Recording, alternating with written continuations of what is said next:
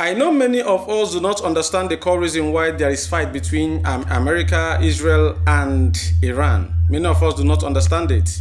But they are saying whatever they are saying based on our religious sentiments. But today, I want to explain the real reason behind the conflict involving the United States of America, Israel, and Iran. That is what I'm going to be bringing to your notice today. This explanation is not a propaganda. It is not meant to protect any side. It is simply a breakdown of the deeper cause of the tension we are seeing today. First, the immediate trigger. The latest escalation began when Israel launched a major airstrike on Iranian military and nuclear-related facilities.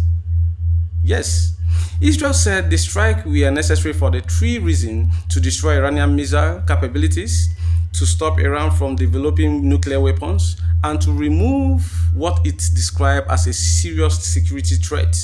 So what makes it a security threat in another man's land? Now, the United States later supported the operation, but this attack was only spark. The deeper fire started decades earlier, if you don't know. To understand that, we must go back to 1979, if I'm not mistaken. Before 1979, Iran and Israel were actually allies. If you don't know, they used to be allies at that time.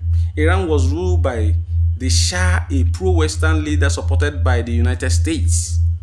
But everything changed after Iranian Islamic Revolution.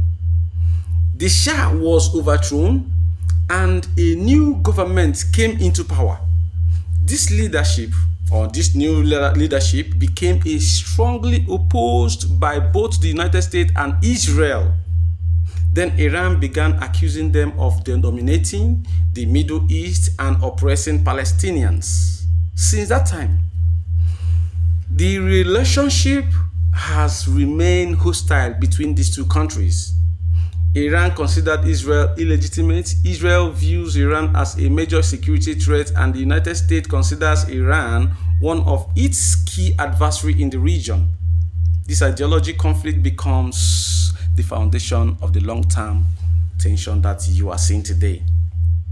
Then another major issue is Iran's nuclear program. Israel believed that if Iran successfully developed a nuclear weapon, it will threaten Israel's existence, another man's in his land.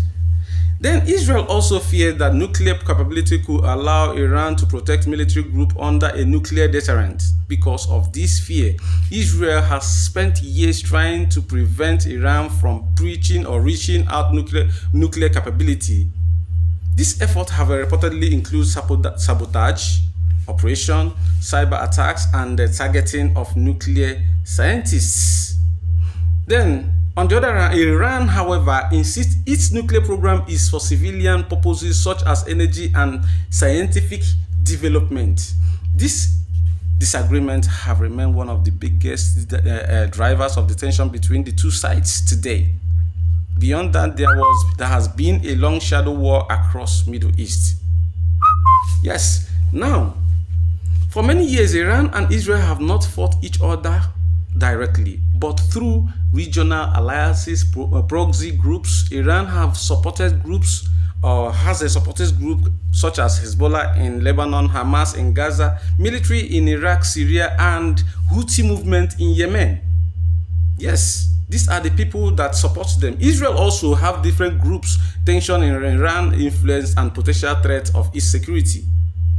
As a result, Israel has reportedly targeted Iranian weapon shipments, Iranian military positions in Syria, and Hezbollah infrastructure. Over time, this indirect conflict gradually increases the risk of direct confrontation. There is also a deeper geopolitical struggle. Iran has been expanding its influence across several Middle East countries, including Iraq, Syria, Lebanon, and Yemen. This expansion has raised concerns in both Israel and the United States. Why? Then I think because influence in the Middle East also means influence over strategic resources and global routes. One of the most critical routes is the Strait of Hormuz that I am always clamoring about. Then approximately 20% of the world's oil supply passes through these narrow waterways, and this makes the region extremely important to the global economy. Control and stability in this area affect oil prices and international energy supply. Finally, there is a strategic fear on both sides. Israel fears that a powerful Iran could eventually pose an existential threat on them. Iran fears that the United States and Israel may attempt to weaken and overthrow its government. Because of these fears, each side views the conflict as a matter of national survival. When we step back and look at the bigger picture, it becomes clear that this conflict is not about a single event. It is as a result of decades of political rivalry, ideology differences, regional power struggle, and security concerns. In simpler terms, that is what it means. Israel fears Iran developing nuclear weapons. Yes. And as Iran opposes Israel and supports group that challenges it. Then, the United States seeks to limit Iran's regional power. Iran seeks to expand its influence across Middle East, and both sides believe that other threatens their survival. Understanding these dynamics helps explain why tension between these two countries have persisted for so many years.